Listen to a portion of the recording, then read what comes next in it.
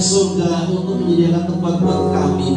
Terima kasih buat pagi ini kami sudah menaikkan pujian kami Tuhan. Kami yakin dan percaya waktu kami memuji dan menyembah-Mu, Engkau bertakhta berdaulat dan seluruh kerajaan surga menyaksikan Tuhan. Sebentar kami akan belajar kebenaran firman-Mu. Sucikan, kuduskan hati pikiran kami supaya benih yang ditaburkan menjadi berkat buat kami. Sebelum kita masuk dalam belajar firman Tuhan, saudara-saudara, kita akan berdoa sesuai dengan doa yang diajarkan oleh Tuhan kita. Pada hitungan ketiga, 2, 3. Bapa kami yang di surga, dikuduskanlah nama-Mu, datanglah kerajaan-Mu, jadilah kehendak-Mu di bumi seperti di surga.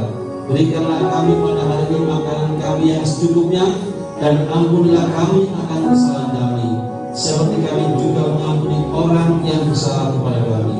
Dan janganlah membawa kami ke dalam pencobaan, tetapi lepaskanlah kami daripada yang jahat. Karena Engkau lah yang mempunyai kerajaan dan kuasa dan kemuliaan sampai selama-lamanya. Amin. Puji Tuhan. Shalom, saudara dikasih Tuhan. Sebelum kita masuk ke dalam firman Tuhan, sekali lagi saya undang bangkit berdiri, angkat Alkitab kita, tangan saudara atau handphone saudara. Kita berkali lagi berdoa. Statement iman kita, 2, 3. Aku percaya firman-Mu berkuasa. Aku percaya firman-Mu sanggup mengubah seluruh hidupku. Aku percaya firman-Mu adalah Tuhan sendiri. Aku siap menerimanya dalam nama Tuhan Yesus. Puji Tuhan. Saudara, sekali lagi saya selalu dan juga Ibu Gembala selalu mengingatkan tentang protokol kesehatan yang wajib kita patuhi sebagai warga negara Kesatuan Republik Indonesia. Kita akan belajar firman Tuhan pagi ini dari Lukas 12 ayat 56 ayat yang berbunyi demikian. Kita baca bersama-sama ya. 2, 3. Hai orang-orang munafik, rupa bumi dan langit kamu tahu nilainya, mengapa kamu tidak dapat menilai sama ini? Sebelumnya saudara, saya atas nama Gembala dan para pengurus majelis gereja mengucapkan selamat datang kepada Bapak Lukman dan Ibu Widya. Bisa berdiri sebentar, bisa lambaikan tangan kepada beliau. Ini adalah pasangan muda. Ya, selamat datang ya. Kalau belum silakan duduk. Kalau belum menjadi anggota jemaat tetap, kami dengan terbuka Bapak Lukman dan Ibu Widya bisa beribadah kepada kami. Sebelumnya Mbak Tabita masih ada? Ya, saudara maju ke depan tadi kan? Salah beberapa waktu yang lalu ikut lomba nyanyi, lomba baca cerita yang diadakan oleh Pelna Pelayanan Anak Pantai Majelis Wilayah 8 Malang Raya. Saya bilang Tabita waktu itu nggak menang nggak apa-apa, yang penting kamu berani tampil. Ternyata dia menang saudara, juara ketiga, dan saya utang sama dia. Nanti kalau kamu dapat juara, dia kasih hadiah. Nanti hadiah yang beli ya. Nah saudara, mendapat hadiah dari majelis wilayah berupa uang tunai dan piagam yang akan diserahkan pada tanggal 7 Desember nanti. Nanti Tabita kalau ada uang tunai traktir itu ya, traktir kecil ya. Nah ini dia penampilannya dia saudara. Sampah lawan. Selama 7 tahun Tuhan menyerahkan orang-orang Israel ke dalam tangan orang Midian, karena orang Israel melakukan hal yang jahat di mata Tuhan. Orang Midian benar-benar berkuasa atas orang Israel. Setiap kali orang Israel menabur, maka orang-orang Midian bersama dengan orang-orang Amalek, bersama dengan orang-orang dari sebelah timur maju mendatangi mereka. Orang-orang yang datang begitu banyak jumlahnya, seperti belalang. Bukan itu saja, sampai unta-unta pun tidak terhitung banyaknya. Mereka datang untuk memusnahkan orang-orang Israel, dan mereka juga tidak meninggalkan bahan makanan apapun, baik untuk orang-orang Israel maupun ternak-ternak mereka. Orang-orang Israel menjadi melarat. Mereka sangat ketakutan. buah-buah, dan kupu-kupu untuk berlindung. Orang-orang Israel berseru kepada Tuhan supaya Tuhan membebaskan mereka. Kemudian Tuhan memilih seorang yang bernama Gideon, anak Yoas dari Bani Abiezar dari suku Manasye. Malaikat Tuhan berkata, "Diberkatilah engkau yang melawan yang gagah berani." Tetapi Gideon berkata, "Jika Tuhan menyertai kami, mengapa semua ini menimpa kami? Di mana segala perbuatan-perbuatanmu yang ajaib? Bukankah Tuhan telah menuntun kami keluar dari Mesir? Tetapi mengapa sekarang Tuhan membuang kami dan menyerahkan kami ke dalam tangan orang Midian?" Tetapi Tuhan menjawab, "Pergilah dengan kekuatanmu dan selamatkanlah orang-orang Israel. Aku akan menyertai engkau." Atas firman Tuhan, pada suatu malam, Gideon dan 10 orang hambanya maju menghancurkan mesbah Baal-Baal, sehingga ia dinamakan Yerubbaal. Gideon bersama 300 orang pasukannya akhirnya maju melawan orang-orang Midian. Mereka meniup sangkakala yang ada di tangan kanan mereka dan obor di tangan kiri mereka, dan menghancurkan buyung yang mereka bawa seperti yang diperintahkan Tuhan. Gideon dan pasukannya akhirnya memperoleh kemenangan melawan orang Midian, dan 2 raja orang Midian berhasil juga mereka bunuh. Demikianlah Gideon berhasil menyelamatkan bangsa Israel karena Gideon menuruti semua yang diperintahkan Tuhan dan karena Tuhan yang menyertainya. Kalau kita menuruti apa yang Tuhan perintahkan, maka kita akan diberikan kemenangan. Terima kasih. Pengambilan kita Bapak Ibu lihat nanti bisa diikut, dia pakai baju perang, saudara-saudara. Nah, kita akan lanjut firman Tuhan dalam Lukas 12 ayat 56 tadi. Klik lagi Mbak, tolong. Nah, saudara, kalau Bapak Ibu baca di dalam terjemahan bahasa Indonesia sehari-hari BIS, kalian yang suka pura-pura, orang munafik ini Yesus waktu itu dia berkata kepada orang-orang Farisi. Orang-orang Farisi adalah orang yang terbiasa berdoa, biasa ibadah, saudara-saudara, aktif dalam kegiatan, dan itu juga berlaku untuk saudara dan saya. Dan saudara-saudara, apa yang Tuhan katakan, kamu tahu menilainya, mengapa kamu tidak berbuat sama ini. Nah, kalau kita lihat saudara-saudara, waktu saya masih kecil, saya ingat kalau ada orang bilang, waduh panas sekali. Kita saya bilang gini, sebentar lagi hujan. Ternyata hujan, betul saudara. Berarti kita punya tahu bahwa ada tanda-tanda yang kita tahu bahwa kita akan terjadi sesuatu. Demikian juga saya nonton National Geographic, saudara, pada siang hari tengah siang yang terik itu binatang-binatang itu ribuan lari mendekati sungai yang kering. Ternyata mereka tahu bahwa sebentar lagi hujan besar.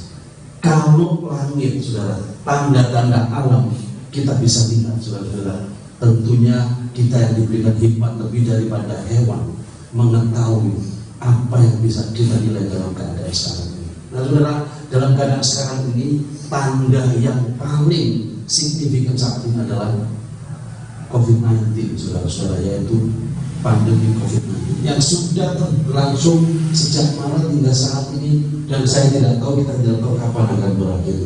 Itu tanda satu saja, saudara-saudara. Nah, kita lihat, saudara, tanda ini harusnya kita tahu, kita jeli apa yang harus kita lakukan. Klik lagi, Mbak. Nah, di dalam tanda zaman COVID ini, saudara-saudara, saya tunjukkan ada 3. Satu berbicara tentang kesehatan, WFH atau work from home, physical distancing atau social distancing, atau jaga jarak.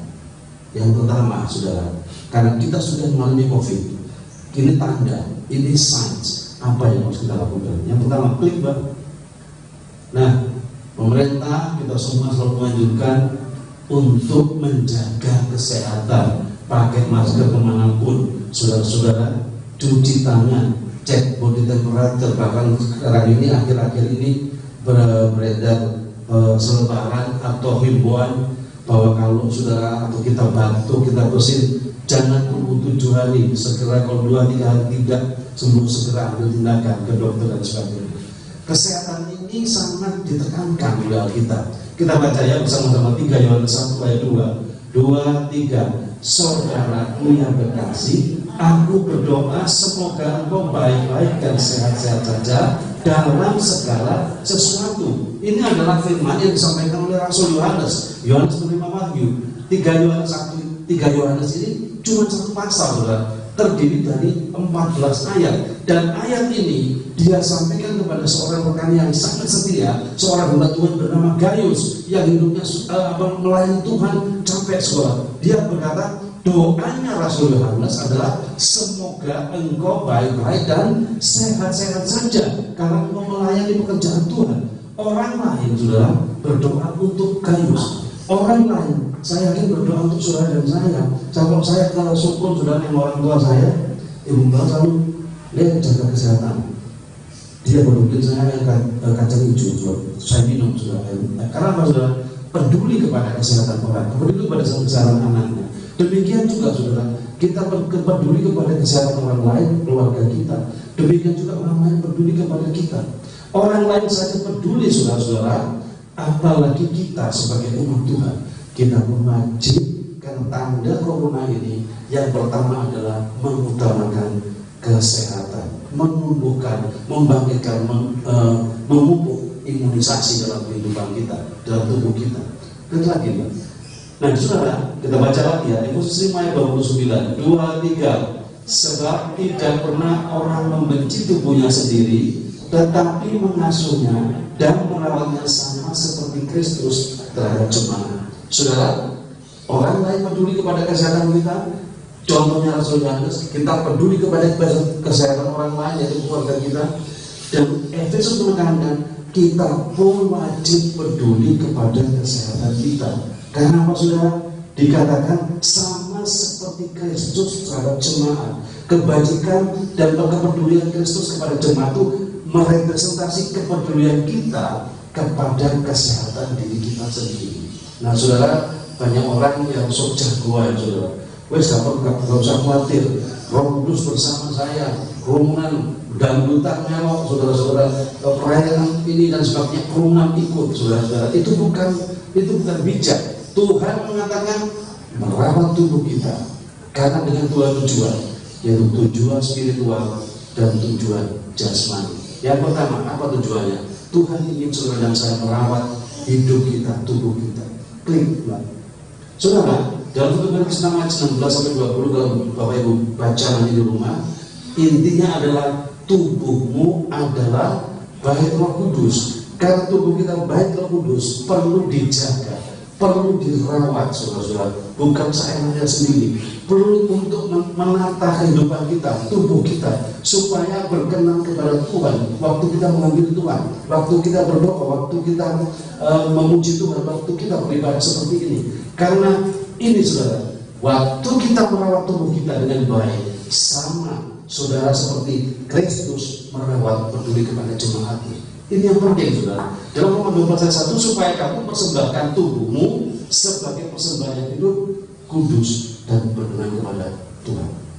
Itulah tujuan merawat fisik, saudara. Kita sering lihat, saudara, kalau kita mau ke gereja, pas kita berdandan, bersih diri, saudara-saudara, anak-anak saya kalau lagi kadang-kadang di kaca begini-begini, dengan tujuan untuk kelihatan baik, untuk kelihatan menarik, bukan hanya untuk dilihat orang, saudara. Karena ekspresi, representasi, kita merawat karena kita mau menghampiri Tuhan.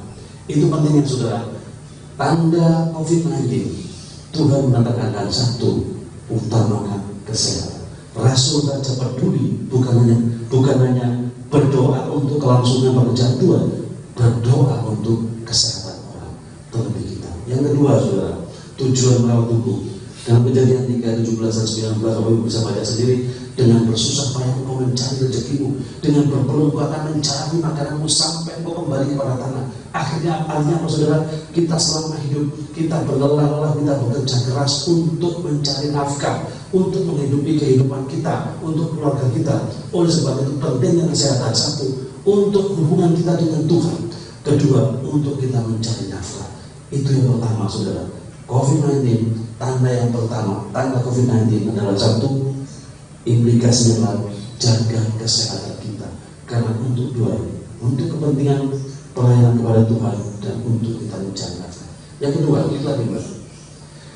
Yang kedua, saudara, realita yang kedua, yang pertama adalah kesehatan. Yang kedua adalah sekarang ini realitanya adalah work from home. Artinya apa, saudara?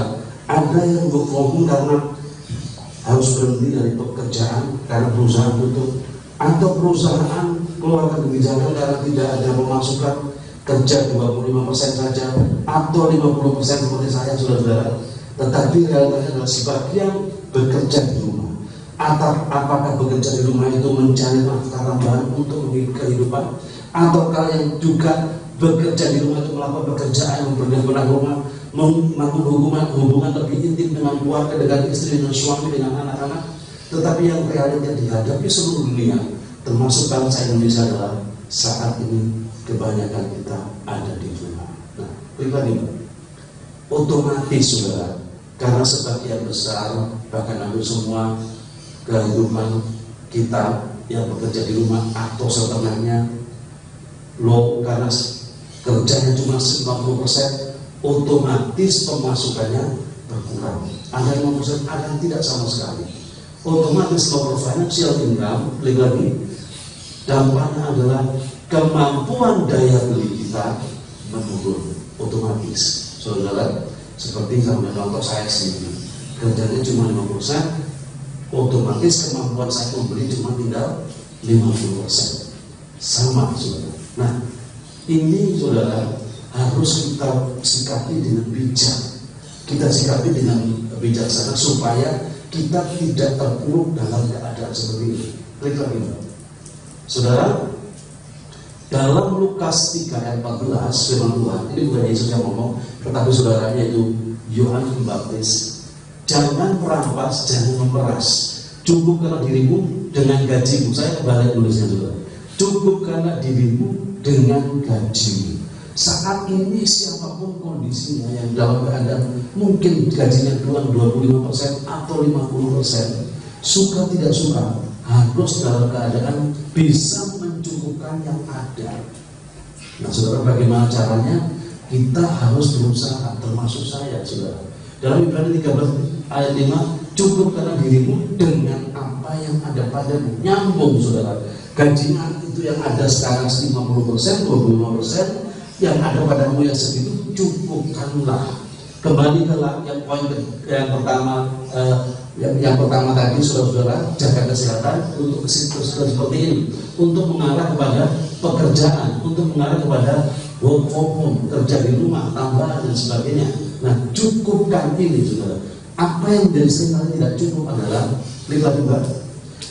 Bagi Rasul Paulus pun, saudara-saudara, sebelum saya lanjutkan, adalah seorang rasul besar. Sebelum menjadi rasul, dia adalah seorang pemuka agama, duduk di dalam majelis agama, segalanya cukup. Dia punya kemampuan, dia punya kepandaian, dan juga secara ekonomi dia kuat.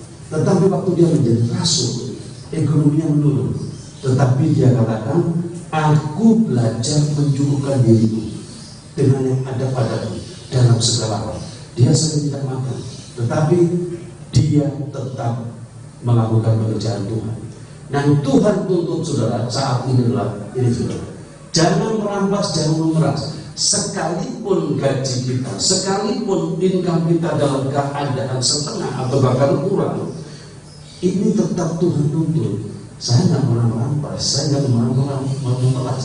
Tetapi ini adalah representasi dari kejujuran hidup yang benar. Sekalipun financial income kita menurun, ini tetap Tuhan tuntut, yaitu hidup benar, hidup jujur, dan hidup kudus, saudara-saudara. Bagaimana caranya? yang kita harus berusaha semampu mungkin dengan mencukupkan apa yang ada pada diri kita. 1 Timotius 6 ayat 8 dikatakan, asal ada makanan dan pakaian cukup. Saudara, ini yang saya pakai, ini sudah nggak tahu berapa tahun. Ini yang saya pakai juga nggak tahu berapa tahun. Saya tadi saksikan, saudara, saya pernah bermasalah, pernah terpuruk gara-gara mengikuti gaya hidup, saudara. Nah, waktu saya tugas di Bali, sebagai GM di Bali tahun 2003 sampai 2006, karena market hotel tempat saya bekerja di Australia, jadi rata-rata GM di Bali itu ke Australia minimal 3 kali setahun, ada sampai 5 kali, hanya untuk ketemu travel agent. Suatu saat saya juga ke sana sama teman saya itu orang asing. Waktu kami tiba di Sydney jam 10.30, kemudian nggak langsung travel agent, kami jalan. Teman saya bilang, dia ditanya kan setahun bisa 3-4 kali di sini. Kita harus jaga 6 bulan. Sudah kan kita mesti kerja stabilisasi cukup. Bukan dia, tapi sesuatu yang tampak mewakili perusahaan upah tidak bekerja. Maksudmu? Nah, ternyata dia ingin beli jam, saudara. Dia ajak saya, dia sering beli jam. Waktu saya tengok jam itu harganya sedikit lebih dari gaji saya sebulan. Waktu itu tahun 2004, saudara. Saya bilang, kamu aja beli, kamu kan gajimu $1 kalau saya rugi ya.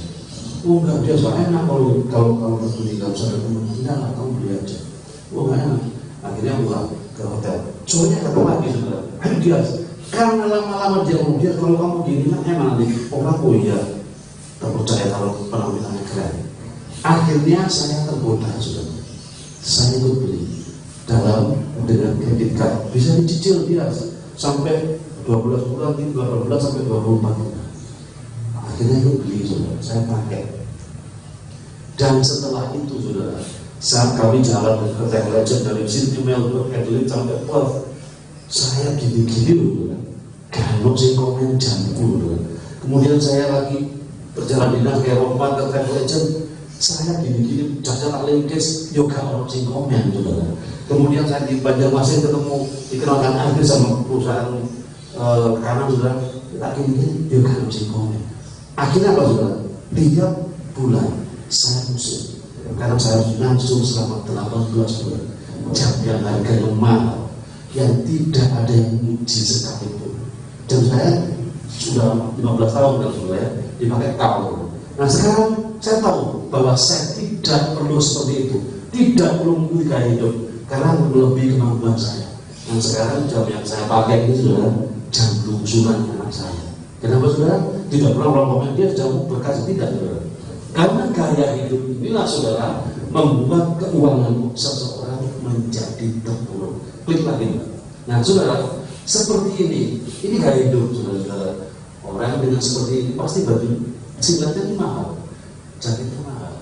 Nggak ada masalah kalau kita mampu, kalau kita seperti pengusaha keuangan kita luar biasa. Tetapi kalau kita biasa seperti ini, mengikuti gaya hidup, kita akan terpuruk, saudara. Klik lagi, Pak. Nah, saudara, ada istilah mengatakan sekecil apapun uangnya akan cukup bila digunakan untuk hidup. Tapi sebanyak apapun uangnya tak akan pernah cukup jika hanya untuk menuruti gaya hidup. Nah, saudara, saya pernah dengar khotbah di YouTube seorang hamba Tuhan besar, saudara Ketua Simon, mengatakan begini. Kalau kita membelanjakan uang melebihi income kita, berarti saudara tidak bertobat. Saya kaget, saudara. Ternyata pertobatan ini bukannya berbicara tentang hidup yang benar, kudus dan jujur dengan Tuhan, tetapi waktu kita membelanjakan uang melebihi kemampuan kita, itu tidak ada pertobatan. Karena apa, saudara? Inilah yang membuat seseorang cenderung melakukan kejahatan uang. Nah, saudara, hati-hati. Tuhan tetap menuntut, sekalipun income kita sama, hidup kita tetap benar dan kudus. Amin. Terus, nah saudara, ini gaya kehidupan yang palsu tadi. Jangan malu terlihat miskin, malulah ketika kita pura-pura kaya. Tadi hipokrit, kamu orang munafik, saudara-saudara. Dalam Alkitab terjemahan bahasa Indonesia ini, kamu yang suka pura-pura.